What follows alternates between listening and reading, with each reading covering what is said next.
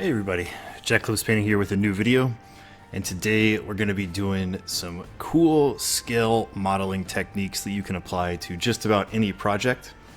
I've got this really awesome Machine & Krieger armored suit guy that I've put together, done a little bit of kit bashing, done a little bit of texture paint work to get that really cool kind of cast metal look on the mech suit, a little bit of that diesel punk feel.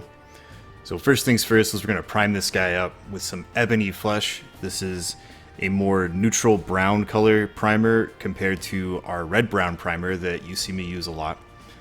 And it's going to work well for our slightly flatter, more realistic military look that I'm going for on this model, rather than the very high contrast sci-fi that you normally see me do for Warhammer.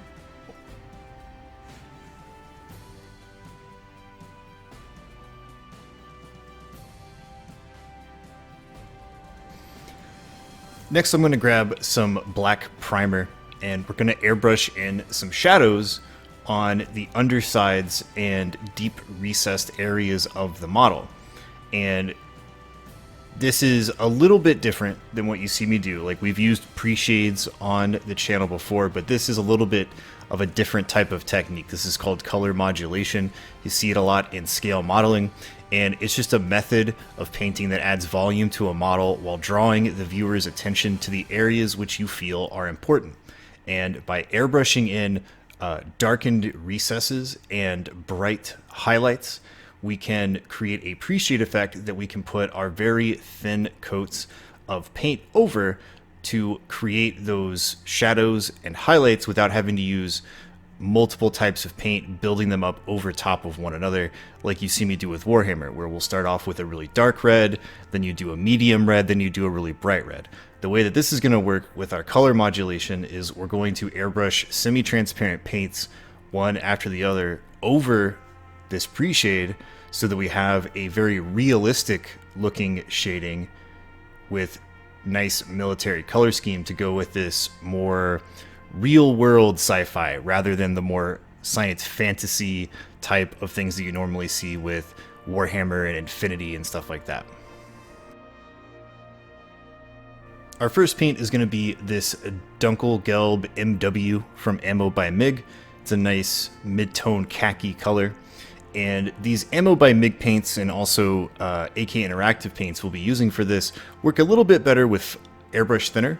So I'm using this brand new Airbrush Medium from Army Painter that is mostly airbrush thinner, but it also has a flow improver element to help out these more airbrush thinner type paints that are going to be thinner and dry a little bit faster. Just keeps them from clogging in the airbrush. It works really great and it dries really fast, and you get that mixture that works with these paints a little bit better than your normal water-based acrylic paints that we're used to using for miniature work. So it works great in the airbrush. I like having this Army Painter Airbrush Medium better than just airbrush thinner or just flow improver, and it keeps me from having to find the golden ratio and mix that myself. You just get it off the shelf. It's really great stuff. And as you can see, we're just thinly airbrushing that paint over the entire model, letting our color modulation show through to do all of the grunt work for us. The second paint is going to be this Dunkelgelb Aus 44. It's just another version of it that's a little bit lighter, and I'm letting you guys see how much I actually thinned this because I want this to be even thinner than the first paint. So almost the consistency of a thin wash, and we're spraying that through the airbrush, not enough to have it get really wet on the model, but just enough to airbrush a thin color filter coat over this so that on the bright areas it's even brighter. So you can see I'm spraying at a 45 to top down angle so that most of this brighter Dunkelgelb color is only going over our lighter pre-shaded areas to give us a more even realistic highlight. And then after that, I'm going to grab this Creme Weiss from AK Interactive and lightly airbrush right on top of all of those areas that we pre-shaded. Now, this is actually a little bit brighter than I want the final product to be, and that is because we will be using washes, we will be using color filters, we will be using weathering steps with enamel washes and things like that. So it's always a good idea to airbrush your highlights a little bit brighter than you want the final product to be, because we will be putting darkening agents on the model to shade it back down to that very realistic highlight color.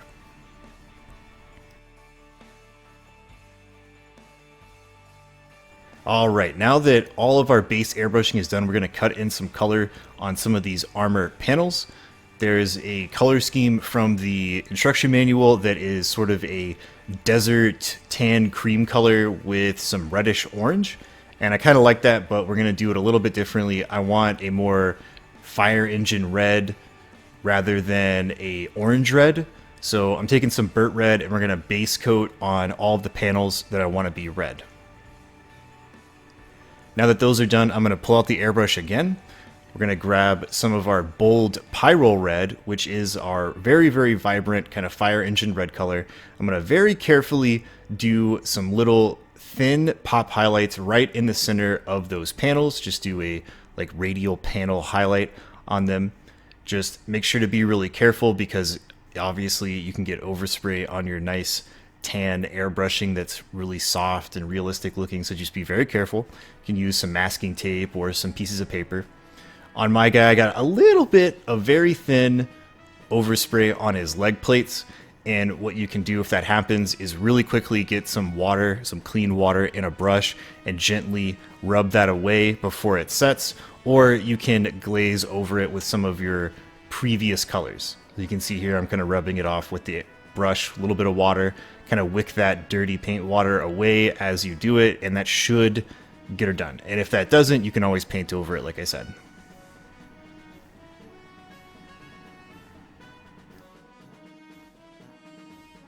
Now that all that's finished, I'm going to grab some satin varnish. I really like these Lucky varnishes from Ammo by MIG. You've seen me use them before. And we're going to do a light varnish coat. This is just going to protect all of the painting that we've done up to this point, and also create a layer that we can work on top of for our next step, because we're going to be using some really cool airbrush stencils. So we're ready for our airbrush stencils. I went ahead and did some gray panels kind of randomly throughout the model, just for a little bit more of that realistic sci-fi look. Got myself a little piece of paper. I'm going to slide that underneath the panel and use it as a shield. And then we've got these awesome self-adhesive airbrush stencils from Death Ray Designs that they sent me to try out. They're really cool. I'm just going to snip off a small piece of this checkerboard pattern, and as you can see, it just self-adheres to the model really, really easily. It's not as thin as like cellophane or anything really floppy like that. It's a little bit more rigid, so you're not always going to get a perfect adhesion all the way across a oddly shaped area like this semi-domed shoulder pad kind of thing that we're spraying on. But if you thin your paint out correctly and you are gentle with the airbrush and kind of turn down the PSI, you can spray and that paint will conform to the hard edge of the stencil and give you a nice crisp airbrush detail.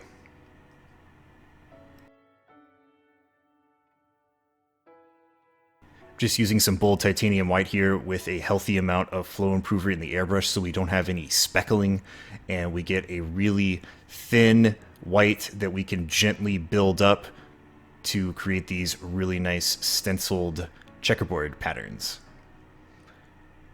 I was looking at some of the stencils they sent me, and I thought about doing some camo, thought about doing some other stuff, but I really like the checkerboard.